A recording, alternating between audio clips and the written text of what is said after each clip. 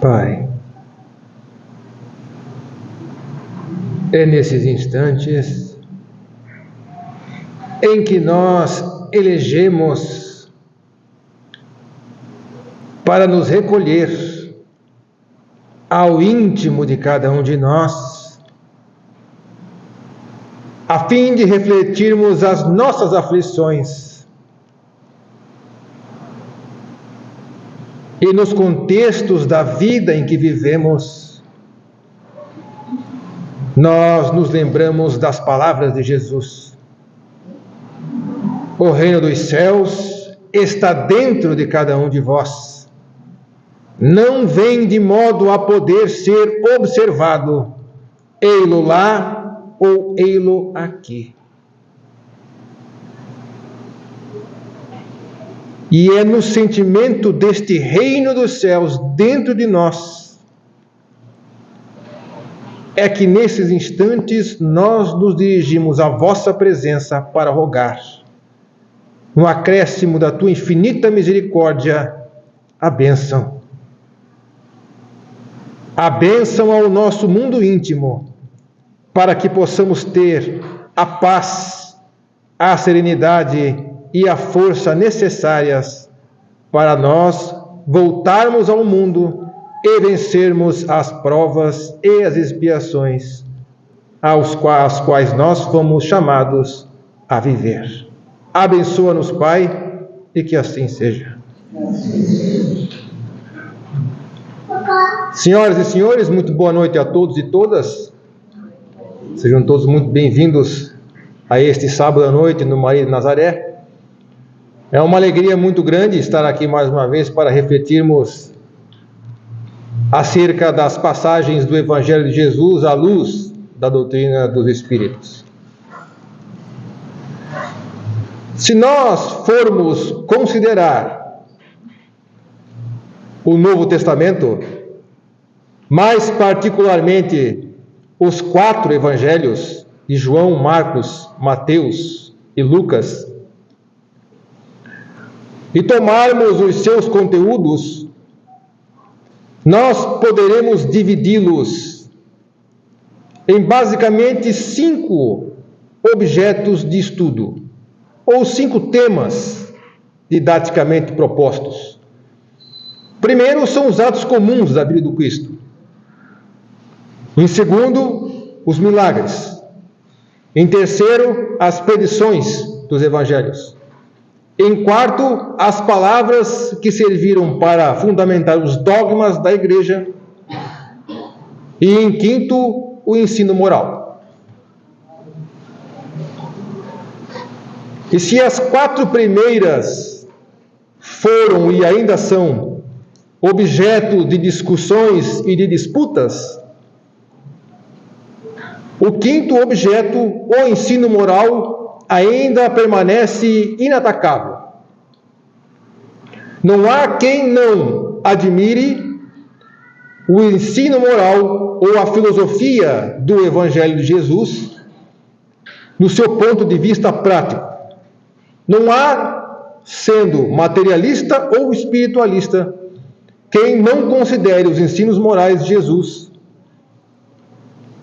brilhante da sua época.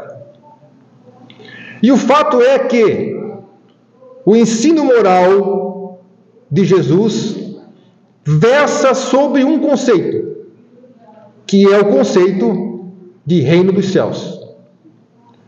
Todos os ensinamentos de Jesus, todo o ensino moral de Jesus, tem a finalidade de nos fazer entender o que seja o reino dos céus. E a ideia do reino dos céus, à época de Jesus, tanto quanto é agora, hoje em dia, muito pouco compreendida. Essa era essa ideia do reino dos céus. O reino dos céus, à época de Jesus, era incompreendido tanto quanto é incompreendido ainda hoje. Porque, de alguma forma, a sociedade judaica entendia o reino dos céus como um lugar, como algo que se pudesse alcançar por meio de alguma coisa. Então a sociedade da época entendia o reino dos céus como sinônimos, por exemplo, de vida eterna ou sinônimo de salvação. Ou seja, algo que se poderia alcançar por meio de alguma coisa. De modo que em todas as passagens do Evangelho de Jesus encontram-se esses sinônimos. E uma que trazemos como exemplo consta no Evangelho de Lucas, no capítulo 18, versículos de 18 a 25, conhecida como a passagem do jovem rico. Um jovem se aproxima de Jesus e diz: Bom mestre, que farei eu para herdar, para adquirir a vida eterna? E Jesus, talvez entendendo o tom bajulador do jovem rico, redargue: por que me chama de bom? Bom só Deus o é. Mas se queres entrar na vida, pratica, guarda os mandamentos. E o jovem moço perguntou: que mandamentos? E Jesus, enfático, responde, citando a Torá, os 10 mandamentos de Moisés. Não matarás, não cometerás adultério, não furtarás, não darás falso testemunho, honra teu pai e tua mãe e ama teu próximo como a ti mesmo.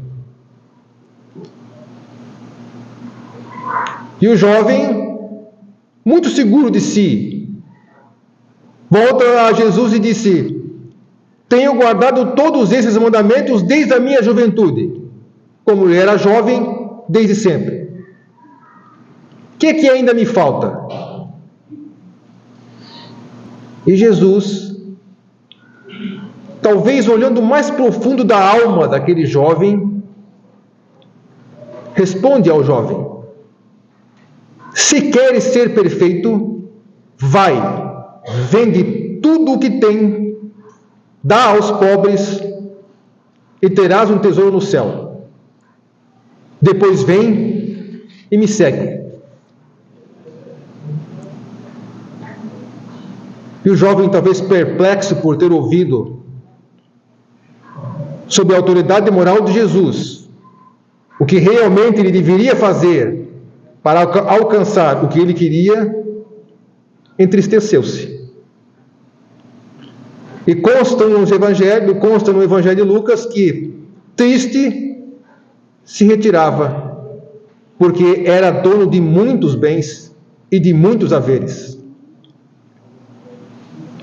Ao que Jesus, com seus discípulos, então, lhes diz: digo-vos em verdade que é bem difícil é que um rico entre no reino dos céus. Ainda mais uma vez vos digo, é mais fácil que um camelo passe pelo fundo de uma agulha do que entrar um rico no reino dos céus. Essa passagem do Evangelho de Lucas, que é um ato comum da vida de Jesus, encerra um profundo ensino moral que toca muito de perto a todos nós e que é desenvolvido, aprofundado no Evangelho segundo o Espiritismo, no capítulo 16, no item 7, quando Kardec trata por desenvolver o pensamento sobre essa passagem na seção intitulada Utilidade Providencial da Riqueza, Provas da Riqueza e da Miséria. E Kardec começa aprofundando dizendo que quando Jesus inquiriu ao jovem que para alcançar a vida eterna, quer dizer, que para entrar no reino dos céus, deveria o jovem desfazer-se de todos os bens e seguir, Jesus evidentemente não estava fazendo disso uma condição necessária e indispensável para entrar no reino dos céus. Quer dizer, não é uma condição sine qua non para entrar no reino dos céus ter que vender tudo, dar aos pobres e depois seguir Jesus. Porque se fosse assim, a riqueza não teria uma utilidade providencial, vai dizer Kardec, e antes teria a finalidade de arruinar aquele que a possui, o que seria um contrassenso da parte da inteligência suprema. Então não era uma condição indispensável para entrar no reino dos céus dar tudo o que tem e dar aos pobres. Mas Kardec vai dizer que o que Jesus quis mostrar foi que o apego aos bens terrenos é um obstáculo muito grande à salvação. No caso, a entrar no reino dos céus, ou como um sinônimo, herdar a vida eterna. Por quê? Ainda aprofundando a passagem do Evangelho de Lucas, Kardec analisa a psicologia do jovem moço. O jovem moço julgava-se quite com a lei. Julgava-se quite porque observava alguns dos mandamentos. Observar é praticar. Praticava alguns mandamentos prescritos na lei. E, no entanto, se recusava a abandonar os bens de que era dono. Quer dizer, o desejo de alcançar o reino dos céus, o desejo de entrar para a vida eterna, tinha um limite. Quer dizer, não ia até o extremo de adquiri-la com algum sacrifício. E o que Jesus faz quando redargue ao jovem é descobrir o fundo do seu pensamento, descobrir a ele mesmo, ao próprio jovem, o que é que lhe faltava para entrar na vida eterna.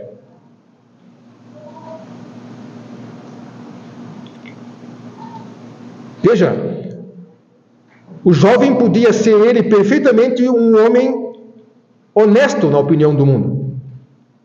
Não causar dano a ninguém, não maldizer ao próximo, não ser vão nem orgulhoso e ainda assim honrar pai e mãe. Mas o que Jesus fez o jovem perceber é que lhe faltava a verdadeira caridade.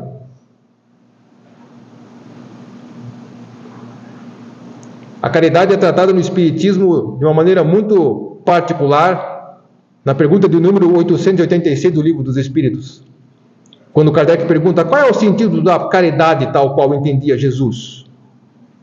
E os Espíritos respondem: benevolência para com todos, indulgência para com as imperfeições alheias e perdão das ofensas.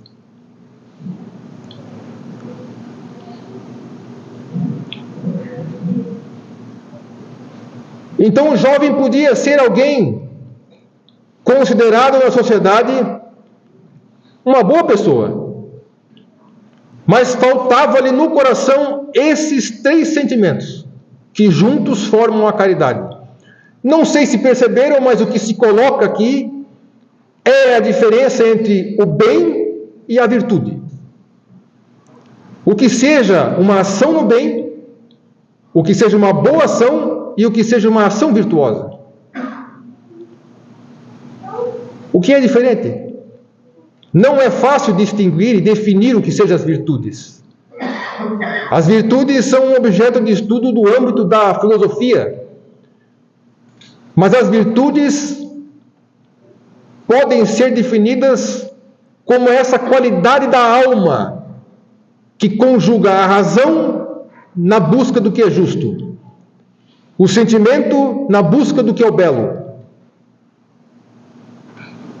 e a vontade na direção do que é o bem.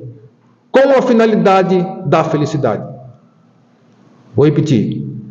A virtude é essa qualidade da alma que conjuga a nossa razão na busca da verdade e do que é justo.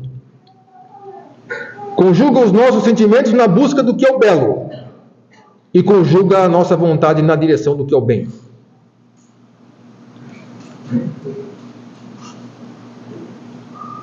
E por que o bem e as virtudes são diferentes? Porque ao bem pode estar associado o interesse. Veja, não é que quem faça o bem por interesse não faça o bem. Faz o bem. Mas não é uma ação virtuosa. Por quê? Porque uma ação virtuosa com o sentimento da caridade pressupõe desinteresse. Ou falta de interesse pessoal. O interesse numa ação virtuosa é o bem do outro.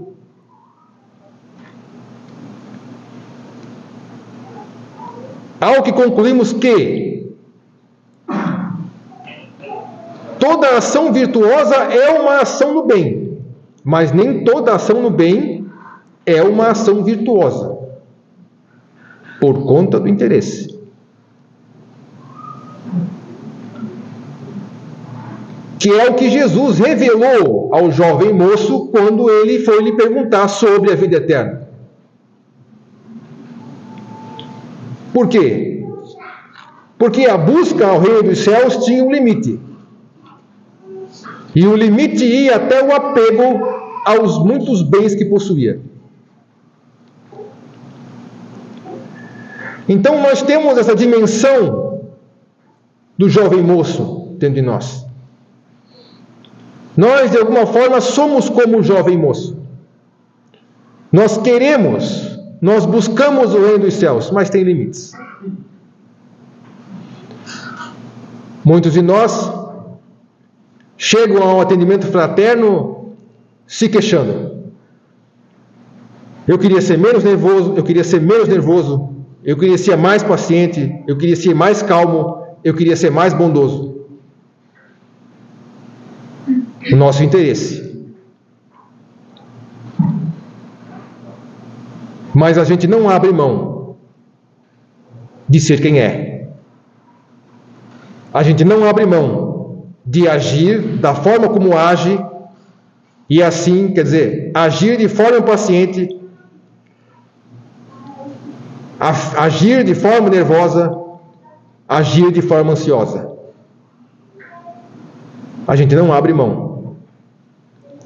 Quer dizer, o nosso desejo por buscar os sentimentos bons que agregam às virtudes tem um limite. Sobretudo, se nos tocam na nossa parte material, nos bens materiais, como o jovem rico.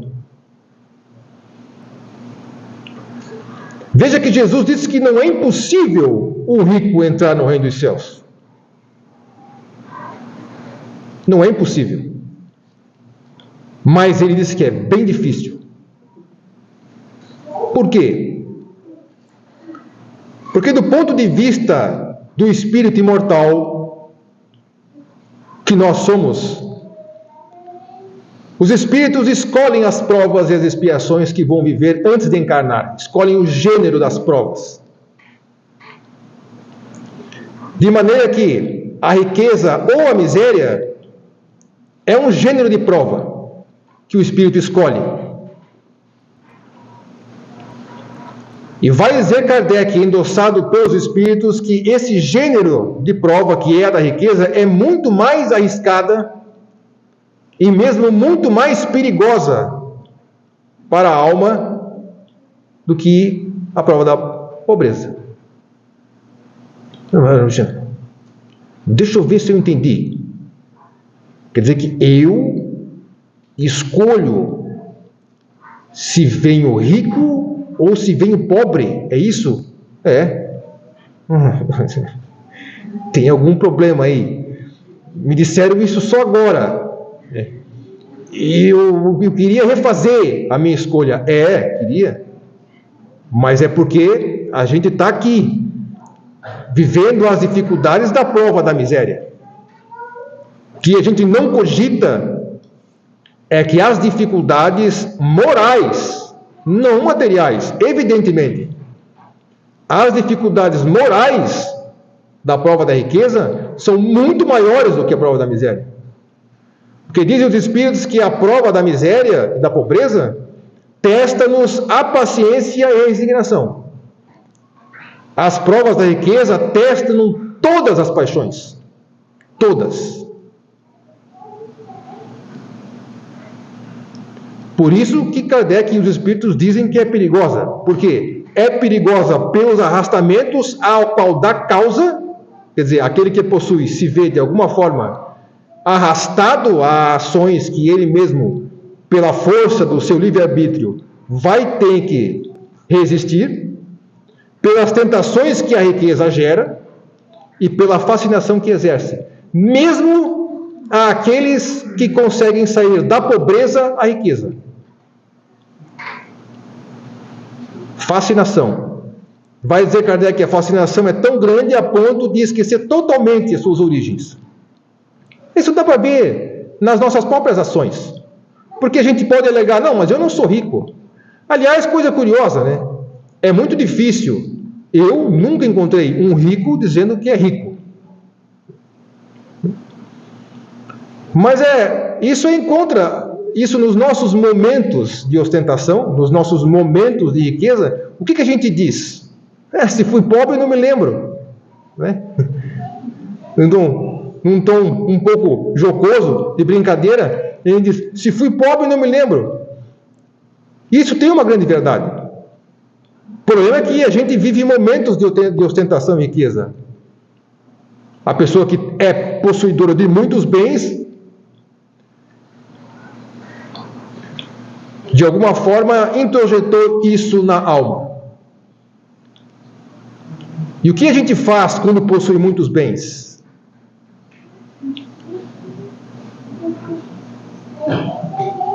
Alguns de nós dão vazão, como diz Kardec, a todas as paixões. Então, vai dizer Kardec, é o supremo excitante do orgulho e do egoísmo. É o laço mais forte que prende o homem, a criatura humana, à terra e lhe desvia do céu os pensamentos. Pergunta a alguém que tenha muitos, mas muitos bens, se ela se preocupa em entrar na vida eterna.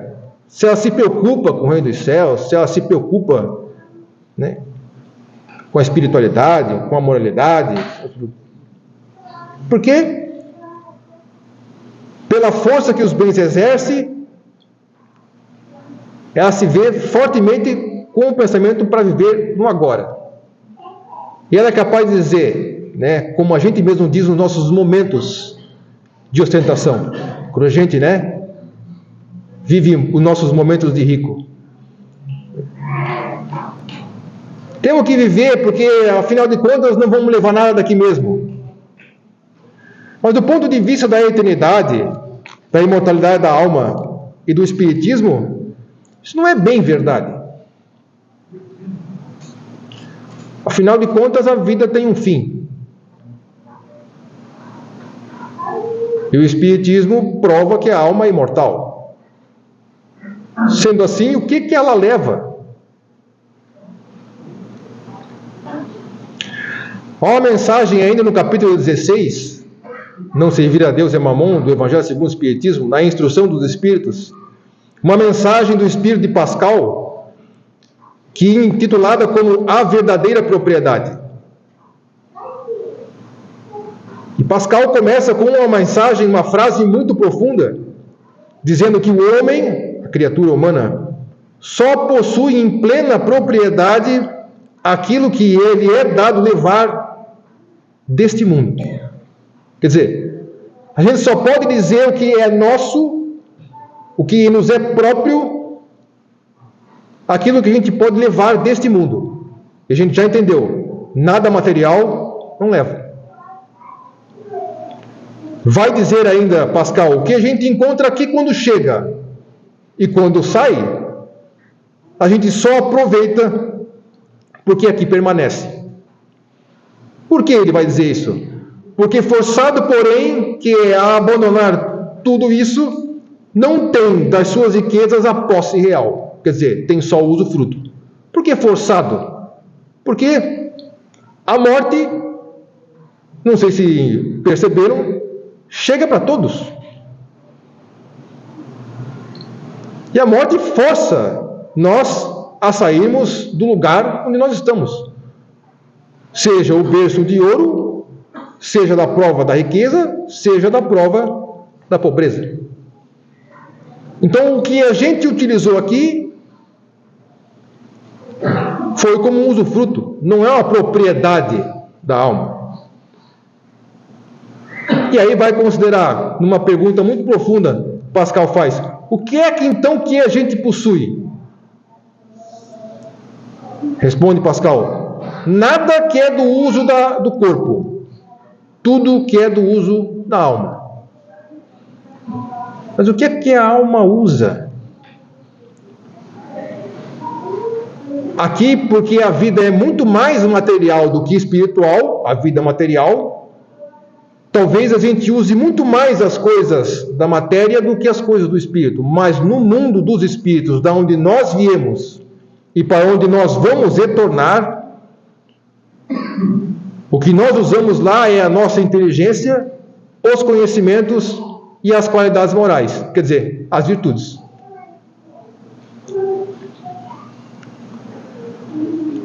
Disso diz Pascal, depende de cada um de nós ser mais rico ao partir daqui quando chegou. E ele lança a mão de uma metáfora fantástica, impressionante.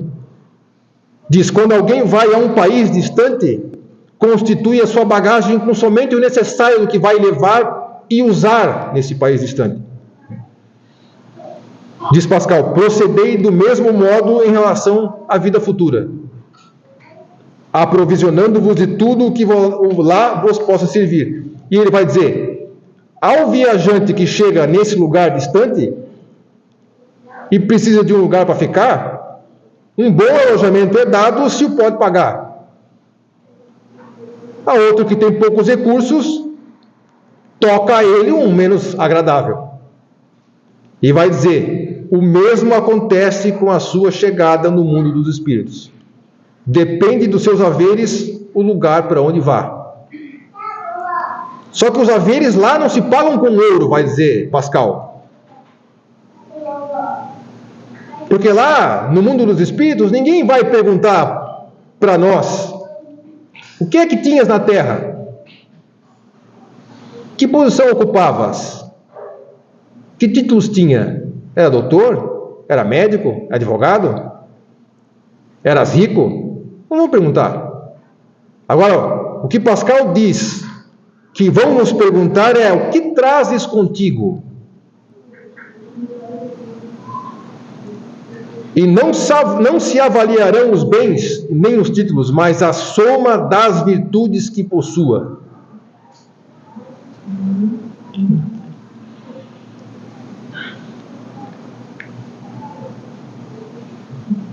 Pascal ainda completa, mas poderás alegar, né, que antes de partir da terra eu comprei, né, um lugar no céu. Comprei um lugar, tinha dinheiro, comprei um lugar. Pascal diz que a isso lhe responderão, os lugares aqui não se compram, mas se conquistam. Se conquistam por meio da prática do bem. E termina Pascal dizendo, como era terrestre, has podido comprar campos, casas, palácios, só que aqui tudo se paga com as qualidades da alma, com as virtudes.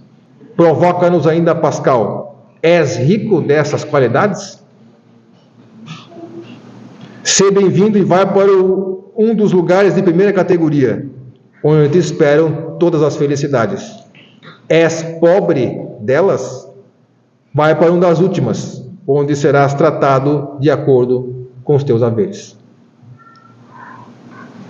Meus queridos, minhas queridas, fica a reflexão da mensagem de Pascal, de que a vida é uma oportunidade para desenvolvermos as nossas virtudes, que são em nós o reino dos céus.